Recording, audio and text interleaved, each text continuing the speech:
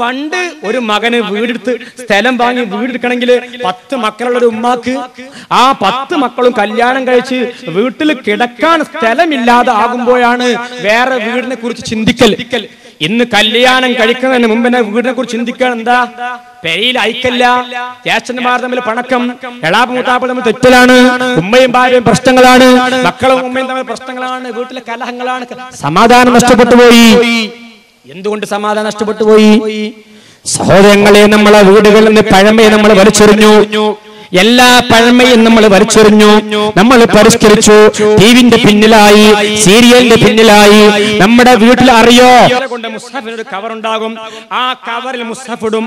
എന്നിട്ട് ഇതുകൊണ്ട് മൂടും. എന്നിട്ടൊരു ചരട് കൊണ്ട് നല്ലവണ്ണം കെട്ടിയിട്ട് ആ മുസ്ഹഫ് ഓതിക്കഴിഞ്ഞൊരു ചുംബനമൊക്കെ അർപ്പിച്ച് ആ മുസ്ഹഫ് മുകളിലെ തട്ടിൽ കൊണ്ടുപോയി അവിടെ വെക്കും. അല്ലേ പണ്ട് കാലഘട്ടങ്ങളിൽ? ഇന്ന് മുസ്ഹഫ് മനോരമയുടെ കൂട്ടത്തിലാണ്. മുസ്ഹഫിന്റെ കഷ്ടങ്ങളാണ് കുളിമുറിയില്, മുസ്ഹഫിന്റെ കഷ്ടങ്ങളാണ് മുറ്റത്ത്. മുസ്ഹഫിനോട് ബഹുമാനമില്ല. മൗലൂദ് കിതാബുകൾ നമ്മളെ വീട്ടിൽ കാണാനില്ല. ഏടുകൾ അറിയില്ല.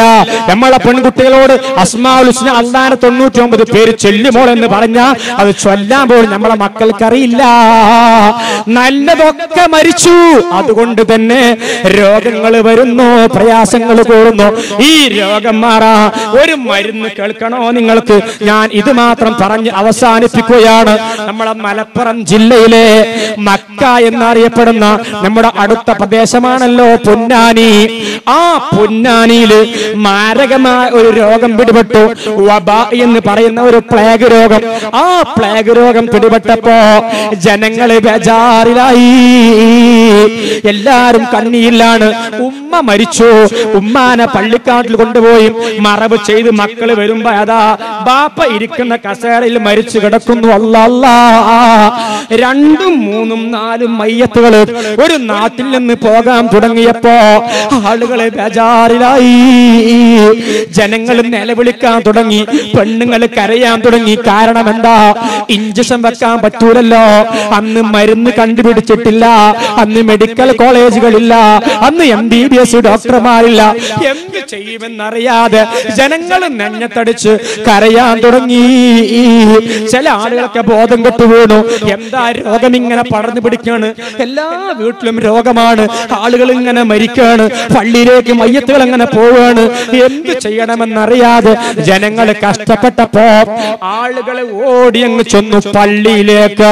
പൊന്നാനി വലിയ ജുമുഅത്ത് പള്ളിയിലേക്ക് ജനങ്ങൾ ഓടിയങ്ങ് ചെന്നിട്ട് അവിടെ ഉണ്ടായിരുന്ന ഉസ്താദ് സൈനുദ്ദീൻ മഖ്ദൂം റളിയല്ലാഹു അൻഹു, ആ സൈനുദ്ദീൻ മഖ്ദൂം റളിയല്ലാഹു അൻഹുവിനോട് ജനങ്ങൾ ഓടി ചെന്നിട്ട് പറഞ്ഞു, ഉസ്താദേ, ഞങ്ങൾ കണ്ണീരിലാണ്, ഞങ്ങൾ പ്രയാസത്തിലാണ്, രോഗമാണ് ഉസ്താദേ, എന്ത് ചെയ്യുമെന്നറിയില്ല.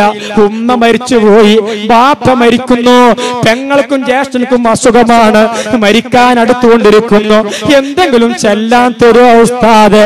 സൈനുദ്ദീൻ മഖ്ദൂമിനോട് ചോദിച്ചപ്പോ അള്ളാന്റെ വലിയ മഹാനുമായിരുന്ന സൂഫിയായിരുന്ന ജിന്നുകൾക്കും മനുഷ്യന്മാർക്കും കിതാബ് ഓതി കൊടുത്തിരുന്ന ഏറ്റവും കേരളം കണ്ട വലിയ പണ്ഡിതൻ സൈനുദ്ദീൻ മഖ്ദൂം റളിയല്ലാഹു അൻഹു, സക്കരിയ അൻസാരി റളിയല്ലാഹു അൻഹുവിന്റെയും ഇബ്നു ഹജൽ ഹൈതമി റളിയല്ലാഹു അൻഹുവിന്റെയും ശിഷ്യനായ മഹാനായ സൈനുദ്ദീൻ മഖ്ദൂം റളിയല്ലാഹു അൻഹു രോഗത്തിന്റെ വിഷമം അറിഞ്ഞിട്ട് പള്ളിയിലേക്ക് ഓടി വന്ന ജനങ്ങളോട് പറഞ്ഞു, ജനങ്ങളെ, നിങ്ങൾ അവിടെ ഇരിക്കുക, നിങ്ങൾക്കൊരു മരുന്ന് ഞാൻ തരാം, ഒരു മരുന്ന് ഞാൻ തരാമെന്ന് പറഞ്ഞപ്പോ ആളുകൾ ആ മരുന്ന് കാത്തിരുന്നപ്പോ മരുന്ന് കൊടുത്തില്ലേ?